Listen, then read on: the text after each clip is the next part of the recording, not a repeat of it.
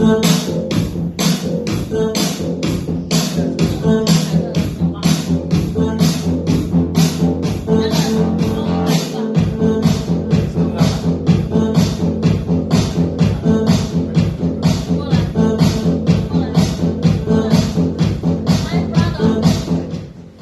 one or this one, picture too much. You with us.